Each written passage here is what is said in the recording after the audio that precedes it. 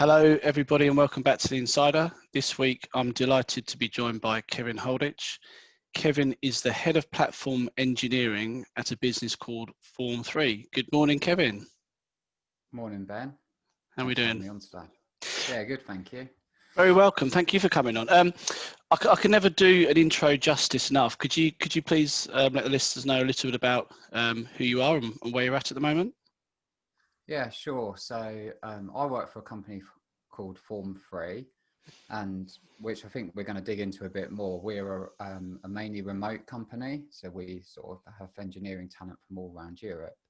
But what Form3 do is we saw a gap in the market where banks sort of in a region which tends to be a country that shares the same currency, or a collection of countries that shares the same currency, have this problem where if someone has a bank account with Bank A, wants to move money to someone who has a bank account with Bank B, they have to make that money move. So typically they've solved this problem using something called a payment scheme. So an example of a payment scheme in the UK could be FPS, which is real-time payments, or BACS, which is like intraday payment, like how you pay electricity bill and stuff like that. But then moving into Europe, you've got several other versions of these payment schemes like SEPA Instant, SEPA Credit Transfer, and the list goes on. So with the rise of these mobile banks, to be a useful bank, you obviously have to plug into all these payment schemes, like the Monzos of the world and people like that. So just to be useful, you've got to do, say, 5 integrations to 5 payment schemes so your customers can move money around. Now, the problem that Form3 solve is, even though these payment schemes do the same job in that they allow banks to communicate and move money, they actually work in totally different ways. So that's like, from how do you connect to them? Is it like over the internet, over VPN? The messaging format they use, how they handle errors, this goes on and on and on. So what Form3 do is we are a modern native cloud platform that provide an API abstraction over all of those payment schemes. So our customers can integrate once with Form3, and they can send us the intent, like I want to make a payment from this account to this account on this payment scheme, and then we on the back end translate that and make that travel over the payment scheme's rails, and then we notify the bank on whether the payment's exceeded or not. So it allows our customers to do a single integration and get like all the payment schemes. So their time to market typically goes to like a couple of months from what it was before, which would be about a year per payment scheme. So that's like the business model of what Form3 do. Yeah, amazing. How old are you guys now? So the company started around, I think it was August 2016. And then over the first kind of 6 months, we was kind of finding our place in the market. And then I kind of came on board with a few of the other early engineers in around sort of March, I think it's March, April time 2017.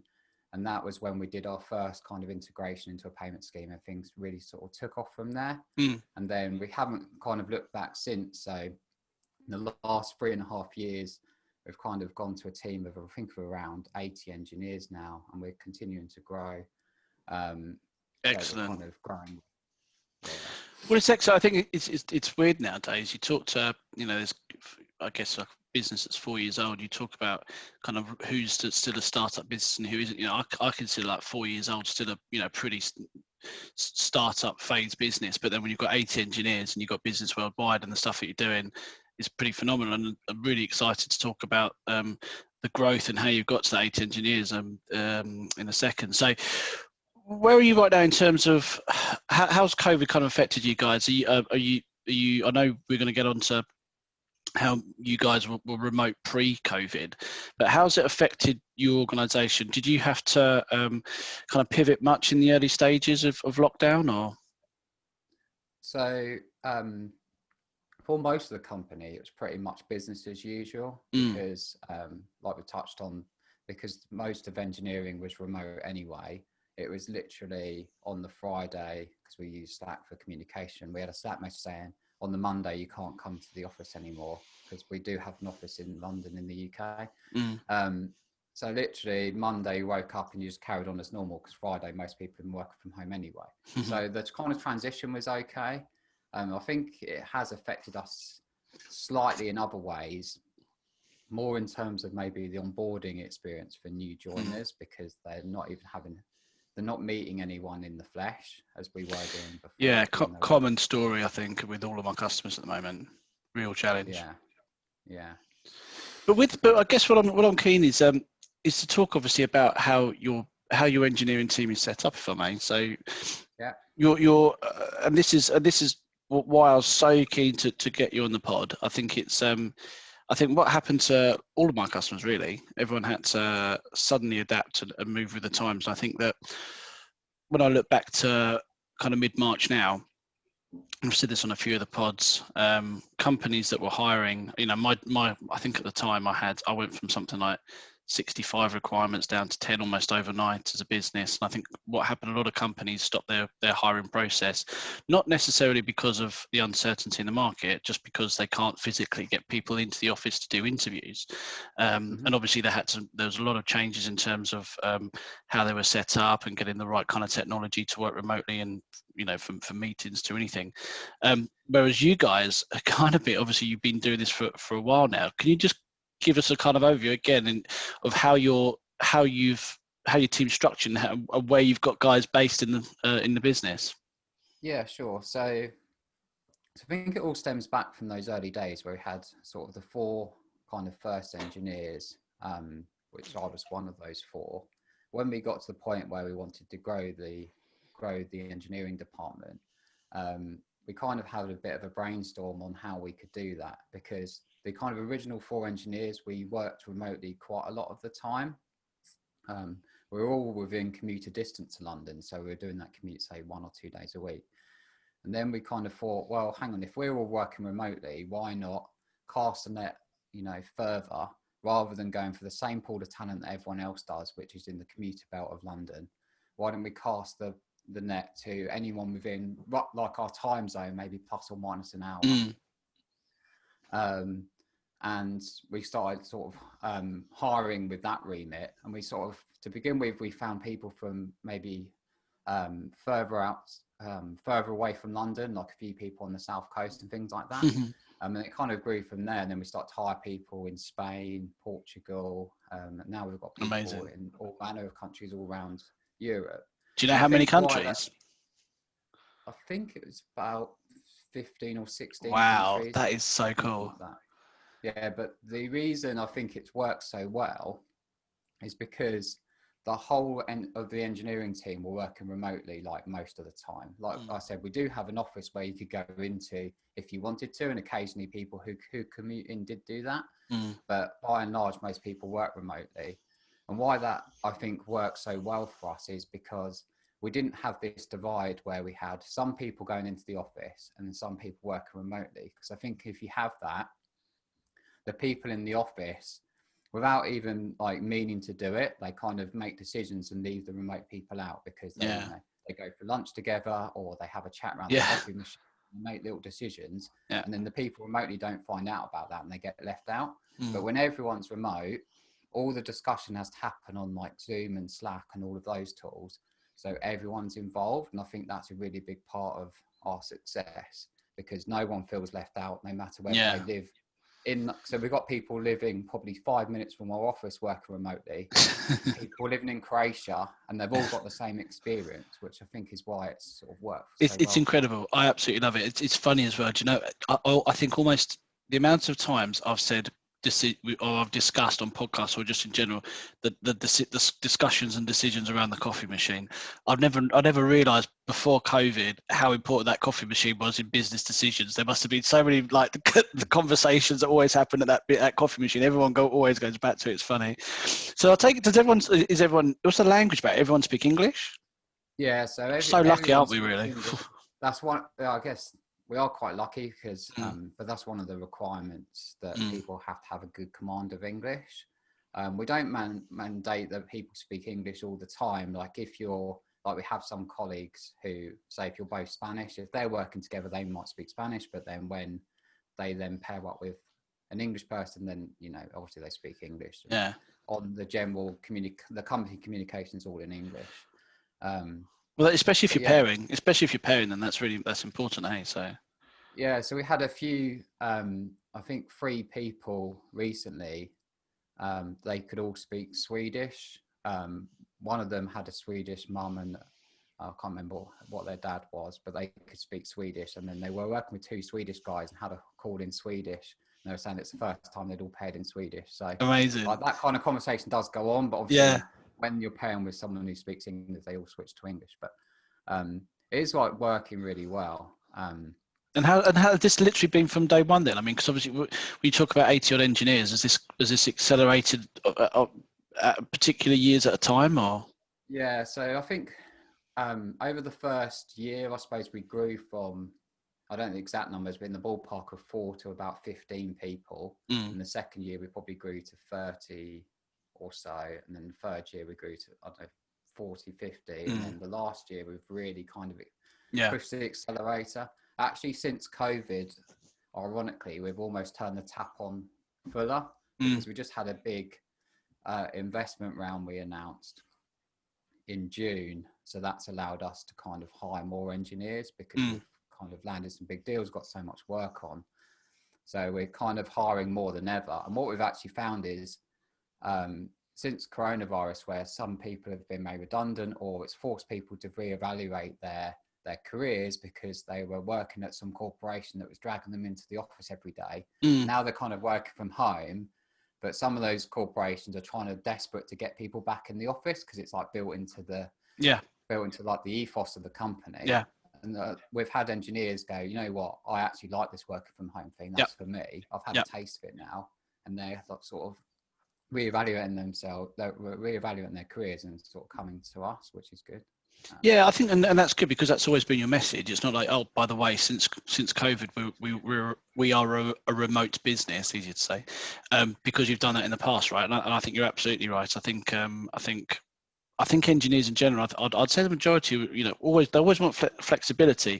The only point is, I spoke about this last week with Pedro, is it's problem solving and jumping on a whiteboard and the kind of to and fro discussions that you can get in a room that is a little bit difficult. But like I said, I think in general, it's obviously worked really well for you guys, and yeah, I can see the attraction. Where you've been doing remote interviews then for some time, I'm interested in your interview techniques. What's the kind of stages for your interviews? So I suppose How do you work it? So the interviewing process hasn't changed because if we're obviously hiring someone from Portugal, we were doing remote interviews anyway. So the fact now we're still doing that, that same interview process. Yeah. So I think it's a few stages. So you have like a phone call with one of our recruitment team because we've got an in-house recruitment team. Then you move on to like a tech test. If you get through that, we do it's a 90-minute interview. And it's 3 half-hour interviews one-on-one with different engineers in the team. So on different kind of topics, all over Zoom.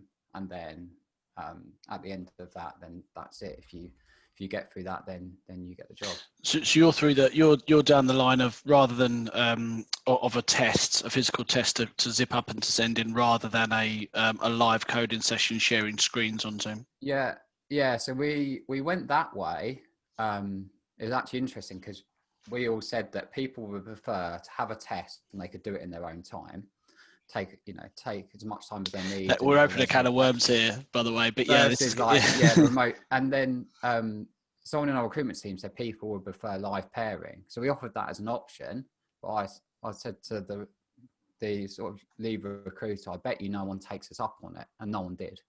Really, that's interesting, because I think especially now, maybe it's not so bad if people have got more time at home, but typically when people are actively looking for a new position and they're going to the office and they have families and they get home, and if you're looking at 2 or 3 different positions and you've got 2 or 3 different tests to do, it's like people just don't like to do it, and they really will be particular about, maybe they might choose one company, and the amount of times I might have to chase people to do tests. This is in the past, by the way, because a lot of my customers now do the live. So I'm kind of with your in-house recruiter. It's interesting that people haven't taken it up.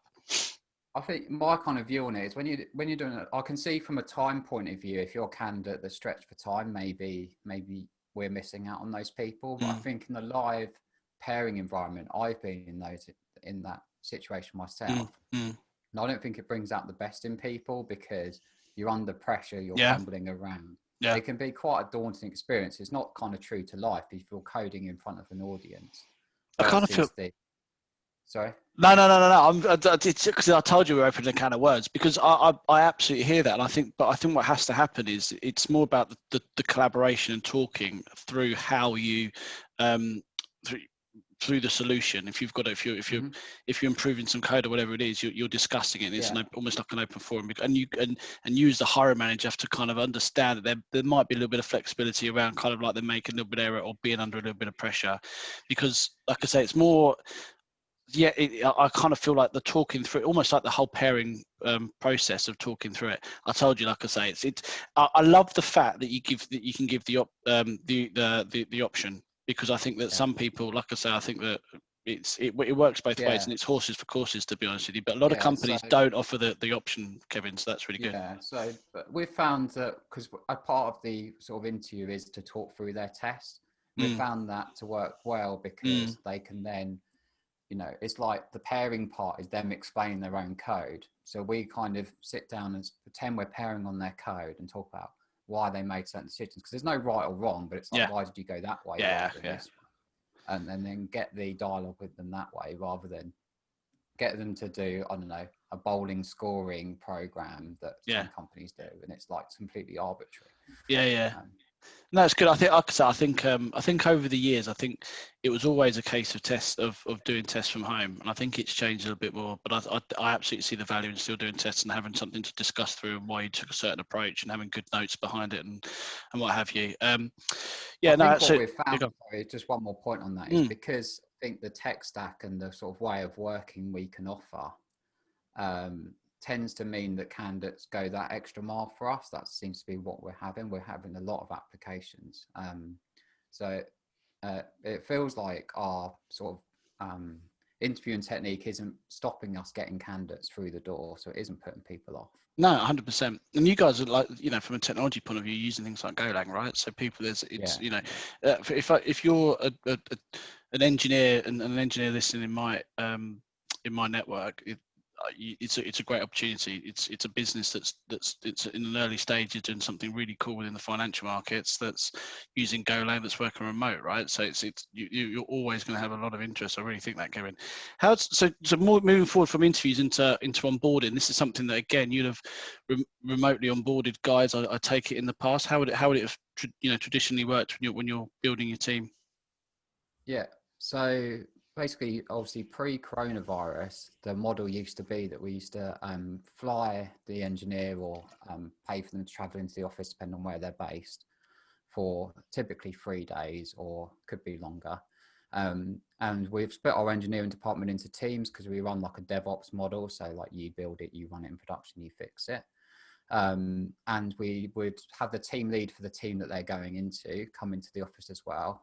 And we try and make an effort for anyone that could get into the office for one of those 3 days to come in. So people within commute distance of London. So to get them to meet at least their team lead for definite, plus probably a handful of other engineers that would be able to come in. And then we have a sort of onboarding program we take all the engineers through, where we teach them about the business, and we've got like a series of topics to take them through. Typically done on whiteboards in person. And then once they've kind of gone through that, they would then obviously go back to wherever they're working from, back to whatever country, and then continue working remotely from there.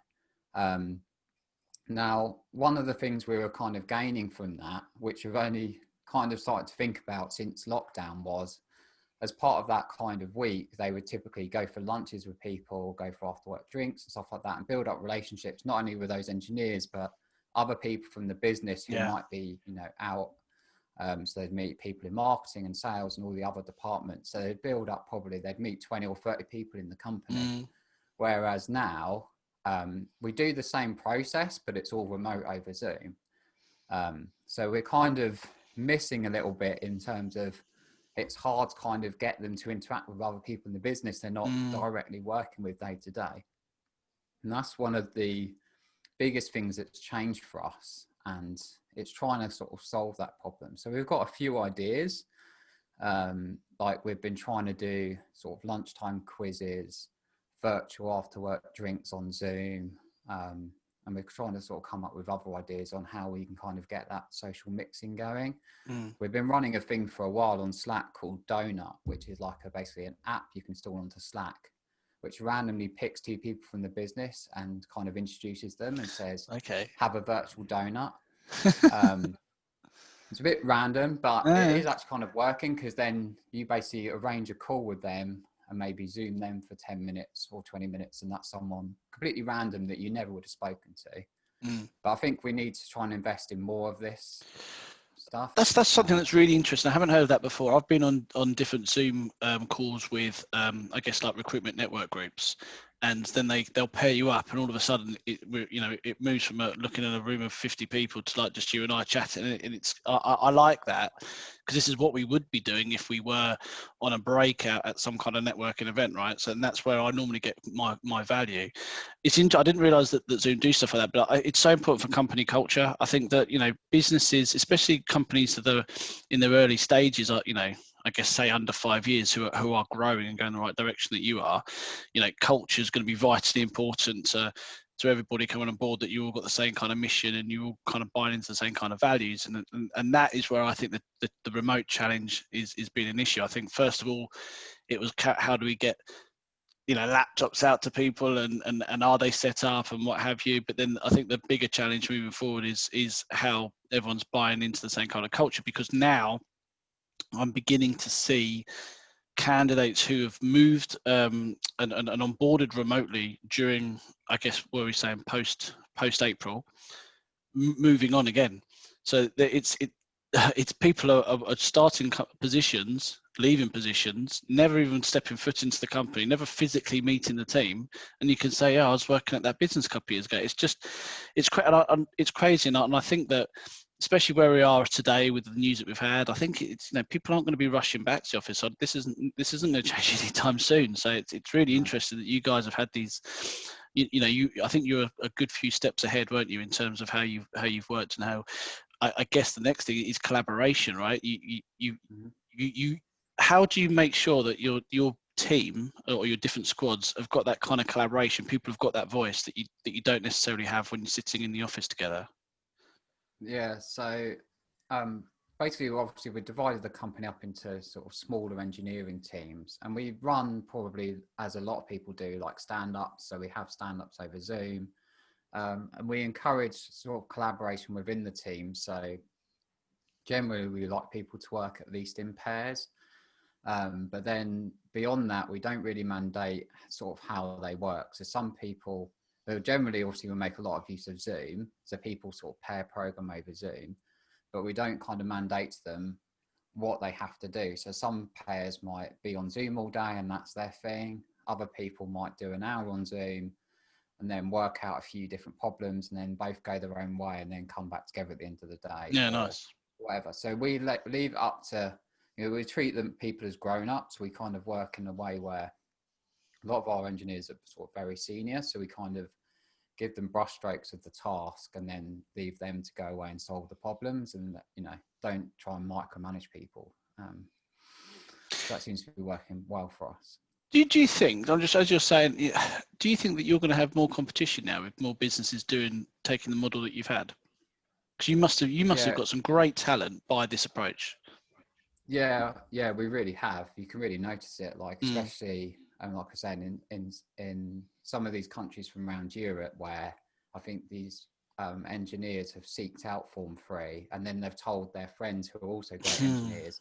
Whereas before, we never would have had access to those people. We would have been competing with the same sort of people in and around London. It's an interesting question whether we're going to sort of struggle now. I guess it depends on how many companies really change their attitude, because from everything I kind of read on LinkedIn and in forums, there seems to be a big divide between some of the corporations wanting to kind of drag people back to the office, and there seems to be some people saying, remote working needs to be temporary, like you're missing out on so much not being in the office. And then there's another band of people who are kind of putting forward all the benefits of remote working, like, okay, I spend more time with my family, I'll get to, drop my kids at school, I can, go for a run at lunch and all of the kind of, and I'm saving like 500 quid a month on the train.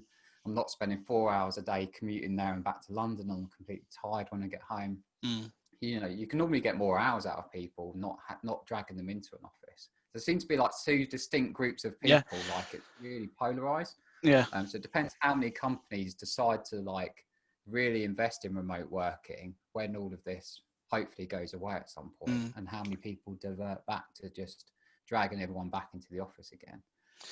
That kind of still needs to be seen, I suppose. I think it's weird. I think within a month of everyone working in lockdown remotely, I think everyone could see the changes and the benefits, and you know, these conversations were happening early on. I think it's kind of swung back a little bit. I think everyone after a month is like, this is great, and then I think even over a period of time, even guys with and ladies with families, they suddenly think, actually, I could do with getting out of the house now. I could do with getting in the office. And I think that what we're going to see is a bit of a kind of choice. I think, and I would guess 25%, a third of the time, people would want to be in an office, get out the house, go and have some collaboration face to face, the coffee meetings, the beers, all that kind of stuff.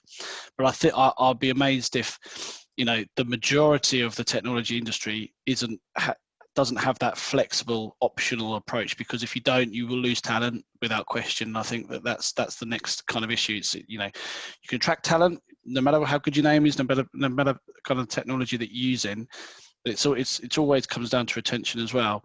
And I think that, you know, a lot of people's opinion will be changed. I think in the past, when 10 years ago, when a lot of companies outsourced technology from the UK to India, to Asia, to wherever it might be, there was always like a kind of cost solution behind that. But then the issues were mainly down to time zones, right? So what I'm so interested in you saying is about how many guys you've got working in Europe, where realistically you're talking about an hour's time zone difference. And, you know, starting Spanish won't mind starting an hour later than us. It's the manana, the attitude. So it's fine, and they work and eat later. So it's I think it's like culturally it fits as well, Kevin. It's just fascinating. Yeah, exactly. I kind of agree with the time zone point. Also, I've worked in companies in the past where we'd outsourced a lot of work to some of the places you talk about, and one of the other problems I saw was this disconnect where some of the team were remote and some were in-house, and then you had very much a big divide with this whole them and us thing, where probably both teams were feeling like the other one wasn't listening. It's very hard to break those boundaries down. Whereas like if everyone's in the same boat, I think naturally you just have that, because everyone's, like I said, in the same boat, using the same tools, communicating on the same platforms. So by that very nature, you all have to work together. So that's where I feel, yeah. I have this vision. Sorry to interrupt. I have this vision of one of your Zoom meetings, and one of your teams is on the beach. One of your teams like in a city. One of them's in the mountains. Well, I'm just like, I think it's fantastic. It's a little bit like that at times. It's quite off-putting. Like some of the people in like Spain and Portugal, they've done Zoom calls from their like brother or sister's apartment overlooking the beach with the pool in the background, like in the blazing sun. You look out the window and it's drizzling down with rain. They're like, why am I on country? Oh, fantastic. No, absolutely. Listen, Kevin, it's been a pleasure. I think it's really enlightening, actually, because like I say, the fact that you guys were a step ahead when COVID hit, but at the same time it's interesting because you still got your challenges. Your remote onboarding, for example, that's something that stood out, that, you know, companies would love to do that now, and it's just obviously not possible in many instances. So listen, you guys, it sounds an amazing business. It sounds like you're on a massively upward curve. It sounds as though you're working the right way, and I think you're going to continue to attract some really good talent. So listen, thank you very much for your time, and I wish you all the best for the future. Cool, thanks a lot, Ben. Thanks for having me on. Cheers.